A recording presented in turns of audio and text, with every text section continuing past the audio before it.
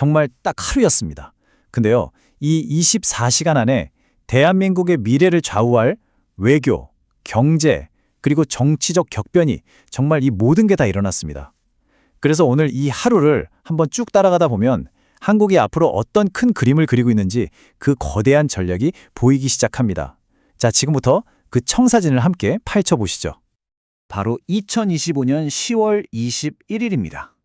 밖으로는 글로벌 강대국들의 압박이 계속되고 안으로는 경제 위기 경고음이 울려 퍼지는 바로 그런 날이었죠. 한국은 이 아슬아슬한 줄타기 위해서 과연 어떻게 미래를 그리고 있었을까요? 그 첫 번째 단서는요, 바로 세계 무대에서 찾을 수 있습니다. 자, 먼저 외교 전선부터 한번 살펴보겠습니다. 한국이 단순히 주변 상황에 이렇게 끌려다니는 게 아니라 어떻게 판을 직접 짜고 있었는지, 그 시작은 정말 상상도 못할 어마어마한 규모의 숫자에서부터 출발합니다. 네, 3,500억 달러, 우리 돈으로 계산하면 400조 원이 훌쩍 넘는 정말 천문학적인 금액이죠. 이게 바로 최근 한미동맹의 판도를 완전히 바꿔놓은 대미투자펀드의 규모입니다. 근데 여기서 중요한 건 단순히 액수가 아니에요. 바로 이 돈을 어떻게 쓰느냐, 여기에 한국의 아주 영리한 전략이 숨어 있습니다. 원래 미국은 예전부터 그냥 현금으로 달라 이런 식의 직접 투자를 계속 요구해왔거든요. 그런데 이번에 한국이 완전히 판을 뒤집어 버렸습니다. 단순히 돈만 내는 건 안 된다. 우리 기업에 유리한 대출과 보증을 결합하자. 이렇게 하이브리드 모델을 역으로 제안해서 관철시킨 거죠. 이건 그냥 돈을 주는 게 아니라 우리 국익을 지키는 방패까지 함께 얻어낸 셈입니다. 바로 이재명 대통령의 이 말이 그 핵심을 정확히 짚어주고 있습니다. 국가전략산업 경쟁력도 강화하고 우리 투자도 안전하게 지켜야 한다. 그러니까 미국은 투자를 유치해서 좋고 우리는 우리 산업 경쟁력이랑 투자 안전성까지 두 마리 토끼를 다 잡게 된 거죠. 이게 바로 상생동맹의 진짜 시작이라고 볼 수 있습니다. 그리고 한국은 이 협상력을 발판 삼아서 더 큰 그림을 그리기 시작합니다. 곧 열릴 에이펙 정상회의에서요, 이 인천 플랜이라는 걸 제시하는데 내용을 보면 반도체 공급망, AI 기술 표준화, 전부 미래 산업의 핵심이잖아요.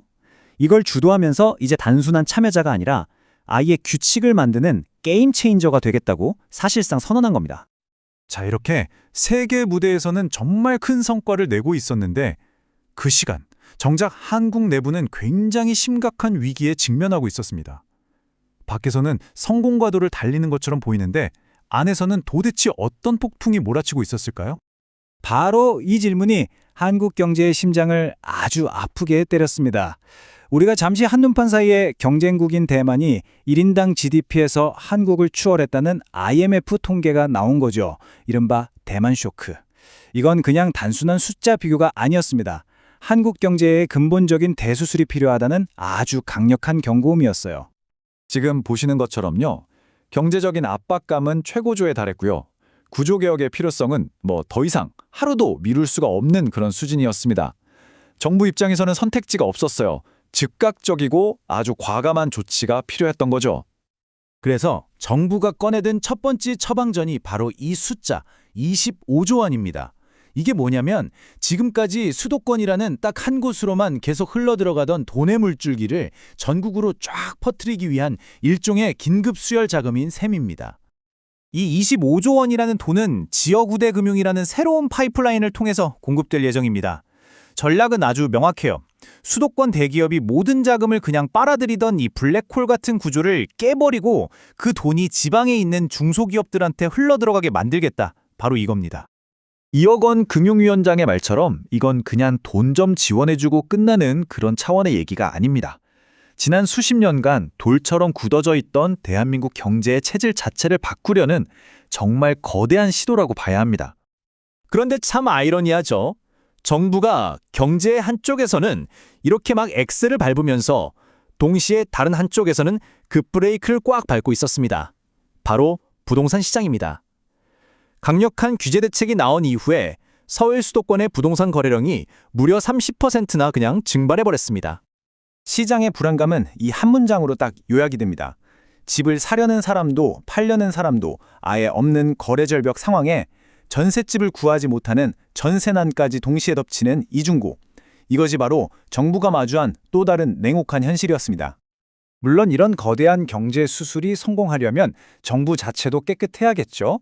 그래서 바로 같은 날 정부는 공직사회의 부패와 기강해이를 바로잡기 위한 아주 고강도 특별 점검에도 착수했습니다.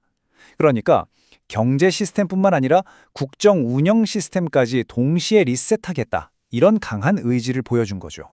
이렇게 나라 안팎으로 그야말로 폭풍이 몰아치는 와중에 정말 누구도 예상치 못했던 곳에서 한 줄기 햇살이 비치기 시작합니다.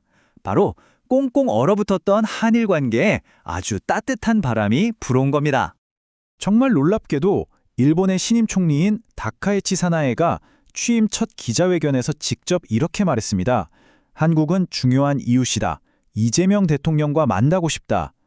아니, 지난 몇 년간 대화조차 완전히 단절됐던 상황을 생각하면 이건 관계 정상화를 향한 정말 의미심장한 첫걸음이었습니다. 자, 그럼 이제 한 걸음 뒤로 물러나서 이 점들을 한번 연결해 볼까요?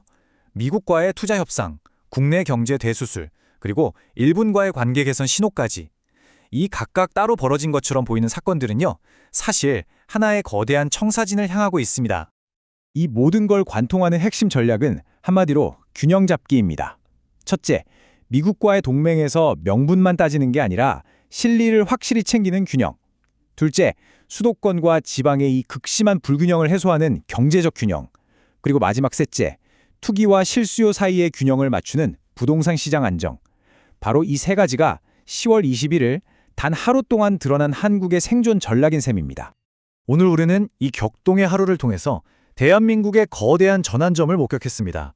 글로벌 압박은 점점 거세지고 내부 과제는 여전히 산더미 같은 상황에서 과연 이 전략들이 한국의 미래를 안전하게 이끌 수 있을까요? 이 질문을 여러분께 남겨드리면서 오늘 설명을 마치겠습니다.